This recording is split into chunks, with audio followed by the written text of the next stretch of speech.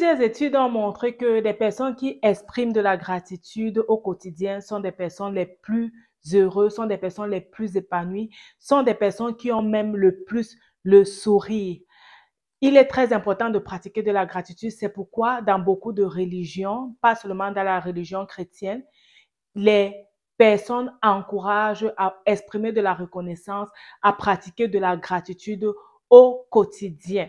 Bienvenue sur Vie de gratitude, je suis Myriam Tapso, je suis ta motivatrice spirituelle en ligne. Sur cette chaîne, je partage avec toi les trucs et les astuces qui vont te permettre en tant que chrétienne de vivre une vie épanouie au quotidien. Et j'ai compris que la gratitude est l'une des clés qui va réellement te permettre d'être épanoui sur le plan spirituel, d'être épanoui sur le plan financier et d'être épanoui sur le plan familial. Dans la vidéo d'aujourd'hui, je vais te donner 10 secrets, 10 clés, 10 astuces que tu peux et que tu dois utiliser au quotidien si tu veux pratiquer de la gratitude. Si tu voudrais que la gratitude devienne pour toi comme un style de vie, si tu veux être plus heureux, je t'encourage réellement à pratiquer de la gratitude. Et dans les 10 clés que je vais te donner aujourd'hui, il y a des clés qui m'ont personnellement aidé et qui m'ont permis d'être de plus en plus reconnaissante, d'être de plus en plus joyeuse et même d'impacter les autres au travers de ma joie et au travers de ma bonne humeur. Alors, je t'encourage à rester scotché et même à noter parce que ça, ce sont des choses que tu ne peux pas pratiquer du jour au lendemain. Tu as besoin de revenir là-dessus et même de revenir sur cette vidéo pour réellement comprendre les explications que j'ai données par rapport aux différents points. Si c'est ta première fois d'être suivi de gratitude, je t'encourage naturellement à t'abonner et à cliquer sur la cloche de notification. T'abonner ne t'enlève rien et cela m'encourage à davantage publier des contenus de qualité et des contenus qui vont nous aider, nous tous, à être épanouis au quotidien. Alors, sans plus tarder, la première astuce que je vais partager avec toi, c'est de prendre réellement du temps chaque jour pour regarder ce qui t'est arrivé de bien. De prendre réellement du temps pour regarder ce pourquoi tu peux dire merci au Seigneur. La Bible te dit, compte les bienfaits de l'Éternel, mets-les tous devant tes yeux et tu verras en adorant combien le nombre en est grand. Alors, si chaque jour tu prends du temps pour regarder ce qui t'arrive, pour regarder ce qui se passe autour de toi et voir dans ces choses les raisons pour lesquelles tu peux être reconnaissant, ça va réellement être un plus. Je me rappelle, j'ai pratiqué cela en 2020. J'avais réellement un cahier que j'avais appelé mon cahier de gratitude. Et dans ce cahier, je prenais juste le temps chaque jour de noter 5 points pour lesquels j'étais reconnaissante. 5 choses qui se sont passées au courant de la journée et qui m'avaient fait du bien. Et je te rassure, chaque jour, j'avais des choses à noter, j'avais des idées, je voyais vraiment la main de Dieu dans ma vie au quotidien. Donc, prends cette habitude, chaque jour, prends réellement le temps de regarder ce que le Seigneur a fait pour toi, de regarder ce qui t'est arrivé, de regarder les expériences que tu as eues au courant de la journée et pour lesquelles tu dois exprimer ta gratitude, pour lesquelles tu veux être reconnaissant et utilise ces points pour exprimer ta reconnaissance ou encore pour exprimer ta gratitude à Dieu. La deuxième astuce qui va réellement avec ça, c'est d'écrire, ok? Comme je t'ai dit, j'avais mon cahier, je notais. Lorsque tu as regardé ces 5 points, tu dois les écrire, tu dois les garder dans ton journal de gratitude ou dans ton cahier de gratitude. Tu dois garder ces points là-dedans et tu peux venir chaque fois feuilleter, même en fin de semaine, venir encore feuilleter, relire ce que le Seigneur a fait pour toi. Donc, ce n'est pas un cahier que tu dois jeter ou bien que tu dois mettre où tu n'as pas accès. Dans mon cas, c'était au chevet de mon lit. Dans ton cas également, tu peux mettre réellement à ta portée de main en fonction de l'heure à laquelle tu as décidé d'exprimer ta gratitude. Moi, je connais des personnes qui le font au travail. Lorsqu'elles arrivent au travail, la première chose qu'elles font, c'est de noter dans leur journal de gratitude les choses pour lesquelles elles sont reconnaissantes. Dans mon cas, c'est à mon chevet du lit parce que je le note. Je note ces choses en fait la nuit avant d'aller au lit. Donc, tu dois exprimer ta gratitude dans un journal, dans un cahier de gratitude. Ne pas laisser seulement dans ta pensée, mais également prendre le temps d'écrire cela dans ton journal de gratitude. Sans plus tarder, je te donne la troisième astuce. J'ai promis de te donner 10 astuces aujourd'hui. La troisième astuce, c'est que tu dois exprimer ta gratitude également envers les gens. Si une personne t'a fait du bien, apprends à dire merci. Ne prends pas tout pour acquis. Même à tes parents, apprends à leur dire merci, même lorsque tu étais petit, ils ont pris soin de toi. Je ne sais pas si j'ai déjà raconté ça dans cette chaîne. Je me rappelle lorsque j'ai aménagé pour la première fois dans ma chambre estudiantine et que je vivais seule pour la toute première fois, j'ai appris à réaliser la peine que ma maman se donnait pour faire des mets chaque jour. Et un jour, je me suis dit, même si elle pouvait réellement, si je pouvais avoir ce repas que je n'aimais pas. Vous savez, quand on est enfant, on a les repas qu'on n'aime pas, ok? Lorsqu'on arrive à la maison, on a vu ces repas et que ce sont ces repas qu'on a préparés, on n'est pas du tout content. Lorsque je vivais seule, j'ai soupiré après ce repas que je n'aimais pas. Ça me fait me rappeler l'histoire du fils prodige. Lorsqu'il part de la maison de son père, ok, et qu'il est dans cette porcherie, il demande que si même ce que les porcs la mangent, si on pouvait lui donner. Il se rend en fait compte là-bas que dans la maison de son père, il vivait bien. En fait, et lorsque tu t'es rendu compte à un moment de ta vie qu'une personne t'a fait du bien et c'est peut-être plus tard que tu réalises réellement que cette personne t'avait fait du bien, prends du temps pour dire merci à cette personne. Appelle cette personne, envoie-lui un message et dis-lui merci pour cette chose que cette personne avait fait dans le passé ou même cette personne t'avait fait. Et si tu as des gens au quotidien qui t'aident, que ce soit au travail, que ce soit à la maison, que ce soit avec les enfants, prends le temps de leur dire merci pour cela. La quatrième astuce va aller dans le même sens. Ici, on sera en train d'exprimer notre gratitude aux autres. Apprends à faire des compliments. Ça, c'est réellement quelque chose qui amène du sourire à d'autres personnes et qui t'amène également du sourire. Ça veut dire quoi? Ça veut dire que tu reconnais en fait que quelqu'un a quelque chose de bien, une belle chemise, ok? Un collègue qui s'est bien maquillé, une collègue qui s'est bien maquillée, un collègue qui s'est bien habillé, quelqu'un où tu remarques quelque chose de spécial, apprends à exprimer des compliments à ces personnes-là. Ça peut être même tes enfants. Si un enfant a eu quelque chose de bien, ok, apprends à lui dire, waouh, tu as bien fait. Aujourd'hui, tu t'es bien comporté. J'ai aimé la façon dont tu m'as parlé aujourd'hui. J'ai aimé réellement la façon dont tu t'es habillé aujourd'hui. Tu as vraiment pu bien marier tes couleurs. Tu es vraiment joyeux aujourd'hui. J'aime ta coiffure. Particulièrement pour nous, les femmes africaines, c'est vrai qu'on a l'habitude de changer les coiffures et on se fait toujours de nouvelles coiffures. Apprends à dire, j'aime ta coiffure. Même si c'est une nouvelle coiffure, ok? Apprends à dire, j'aime ta coiffure. Apprenons à faire des compliments à d'autres personnes. Et ce que moi j'ai remarqué, réellement, je ne sais pas si tu as remarqué ça, mais ce que moi j'ai remarqué, c'est que généralement, lorsque je fais un compliment, je donne un compliment à une personne, la personne me donne un compliment en retour. J'ai l'impression que les gens se disent que non, ça ne va pas rester sur moi. Tu tombes vraiment sur ces genres de personnes qui disent que non, ce compliment ne va pas s'arrêter sur moi. Tu me donnes un compliment, je te donne également un compliment et ça amène du sourire. Donc, ça, c'est la quatrième astuce que tu dois savoir, apprendre à faire des compliments aux autres si tu veux exprimer ta gratitude au quotidien. Alors, la cinquième astuce que tu dois savoir, la cinquième astuce que tu dois pratiquer, ok? Si tu veux vivre de la gratitude au quotidien, c'est de t'entourer de bonnes personnes. Je ne cesserai pas de le dire sur cette chaîne, ok? Entoure-toi de bonnes personnes. La Bible te dit, heureux l'homme qui ne s'assoit pas en compagnie des moqueurs. Si tu t'entoures des personnes négatives, si tu t'entoures des personnes qui ont toujours une raison de se plaindre, je te dis, il y a des personnes qui ont toujours raison de se plaindre. Alors, prenons l'exemple de Jeannette qui revient des congés. Normalement, lorsque tu es allé en congé, tu es supposé t'être reposé, tu es supposé passer du bon temps avec ta famille, tu es supposé profiter de la nature, de l'hôtel, je ne sais pas où tu es allé. OK?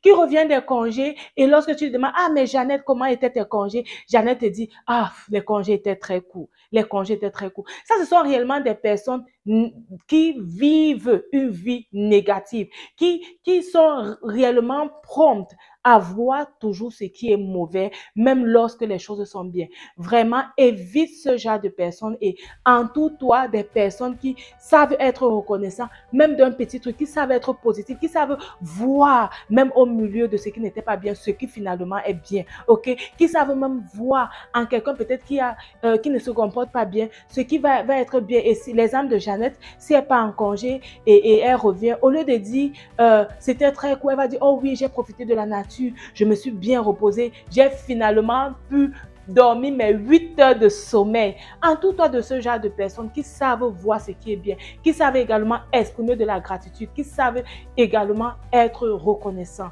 Alors, si tu veux pratiquer de la gratitude, évite des personnes négatives et entoure-toi des personnes positives. Alors, et la sixième astuce qui va avec ça, c'est que toi-même, tu vas éviter de te plaindre. Si tu n'es pas avec des gens qui se plaignent, toi-même, tu dois éviter de te plaindre, ok? Tu dois apprendre réellement, comme je disais, à voir ce qui est bien. Évite de te plaindre. Les plaintes ne t'amènent pas la joie. Au contraire, ça t'amène de la tristesse. Au contraire, ça crispe ton cœur, ça te frustre. La peine que tu te donnes à te plaindre est réellement énorme si tu veux vivre une vie de gratitude. Arrête de te plaindre, ok? Ça, c'est la sixième astuce. Ça va réellement ensemble avec la cinquième astuce que je t'ai donnée. Si tu ne t'entoures pas des gens qui se plaignent, évite toi-même d'être une personne qui se plaint au quotidien. La septième astuce qui est la meilleure, c'est d'apprendre à pratiquer de la lecture de la parole de Dieu, apprendre à méditer les bienfaits de Dieu pour ta vie. Qu'est-ce que la Bible te dit? Ok? Qu'est-ce que la Bible te dit que tu es? Ça, c'est réellement merveilleux parce que parfois, on n'est plus conscient des choses qu'on fait qui ne sont pas bien. Parfois, on n'est plus conscient de nos échecs. Pourtant, nos échecs, ce sont nos réalités. Ce n'est pas notre vérité. Notre vérité, c'est ce que la Bible dit de nous. C'est ce que Dieu prévoit pour nous. C'est ça notre vérité.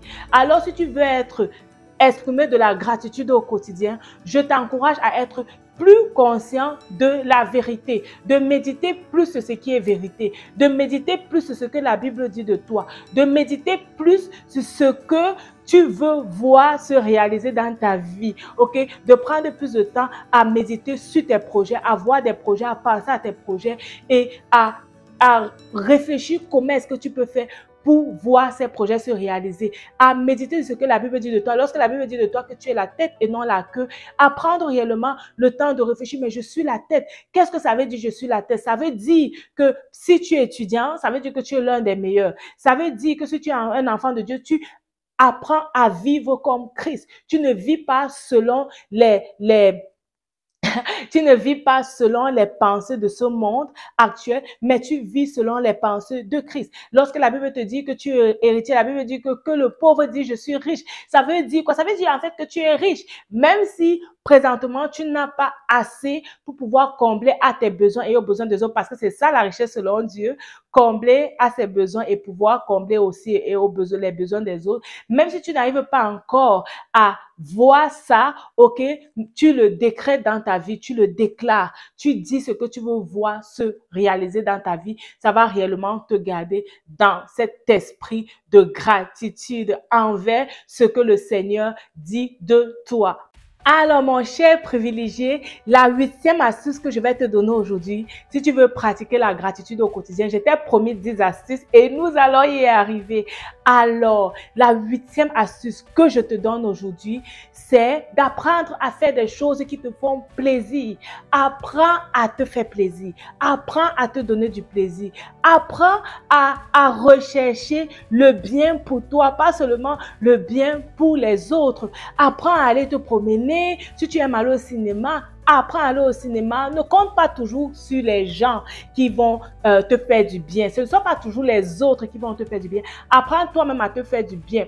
Moi, je connais des personnes qui, pour leur anniversaire, réellement s'offrent des choses qui vont leur faire du bien. N'attendent pas que l'anniversaire soit organisé par d'autres personnes. N'attendent pas des cadeaux des autres personnes, mais s'offrent soi-même des cadeaux qui les plaisent, ok? Donc, apprends à te faire du bien. Apprends à t'offrir ce qui te plaît. Apprends oui, à t'offrir. Je ne sais pas comment je vais t'exprimer ça pour que tu comprennes. Apprends à ne pas te sacrifier seulement pour les autres. Merci Seigneur. Apprends à ne pas te sacrifier seulement pour les autres, mais sacrifie-toi aussi pour toi. Sacrifie-toi aussi pour toi, ok? Et cela va te faire du bien. Cela va te permettre de découvrir encore qui tu es, de découvrir encore cette merveilleuse personne que tu es et que Dieu a envoyée sur cette terre pour quelque chose de formidable, pour être une bénédiction pour les autres et une bénédiction pour son royaume. Alors, apprends à te faire du bien, apprends à te connaître, apprends à investir sur ta vie, apprends à acquérir de nouvelles connaissances, apprends à rechercher aussi ton bien. La Bible te dit, tu aimeras ton prochain comme toi-même, mais pas plus que toi-même. Ok, apprends à t'aimer. Si tu n'aimes pas, si tu ne t'aimes pas, autant pour moi, il te serait réellement difficile de pouvoir aimer ton prochain. Donc apprends à t'aimer et apprends à te faire du bien. Et la 9e astuce qui va aller dans le sens de faire du bien, maintenant faire du bien aux autres, c'est apprendre à regarder autour de toi des personnes que tu peux aider. La Bible nous parle de la femme du Proverbe 31 qui tend la main à l'orphelin, qui tend la main à l'aveugle, qui tend la main aux défavorisés. Généralement, tu vas te rendre compte que le Seigneur t'a fait du bien lorsque tu constates comment est-ce que les autres ont des difficultés. Tu vas comprendre vraiment que le Seigneur t'a fait du bien, que tu es un privilégié. Alors, apprends à être la main de Dieu vers les autres, à aider, à bénir. Tu peux t'engager dans une œuvre sociale, tu peux t'engager à faire du bénévolat, tu peux offrir une partie de ton temps, même pour une activité, peut-être avec les enfants. Si tu aimes être avec les enfants, tu aimes voir les enfants en jour, tu peux organiser, même dans le secteur où tu vis, une activité que tu vas venir coordonner, que tu vas venir modérer réellement pour donner ce sourire-là aux autres. Et tu vas comme ça te rendre utile en apportant le sourire aux autres. Tu vas t'apporter du sourire. Et la 10e astuce, le 10e secret que tu dois faire si tu veux exprimer de la gratitude, c'est chaque matin, dis merci à Dieu pour la journée. Ça doit être la première chose que tu dois faire. Parce que beaucoup de personnes meurent, ok? Comme tu te réveilles le matin, là, il y a des personnes qui ne se sont pas réveillées. Et parfois, tu te réveilles, tu n'as même pas de projet. Il y a des personnes qui avaient des projets qui ne se sont pas réveillées. D'autres même se sont réveillées, mais sont à mal, sont souffrants dans leur lit. Lorsque tu te réveilles, avant même de mettre ton pied au lit, avant de courir, aller te brosser, te débarbouiller pour le travail et tout, dis merci à Dieu pour cette journée qu'il t'accorde.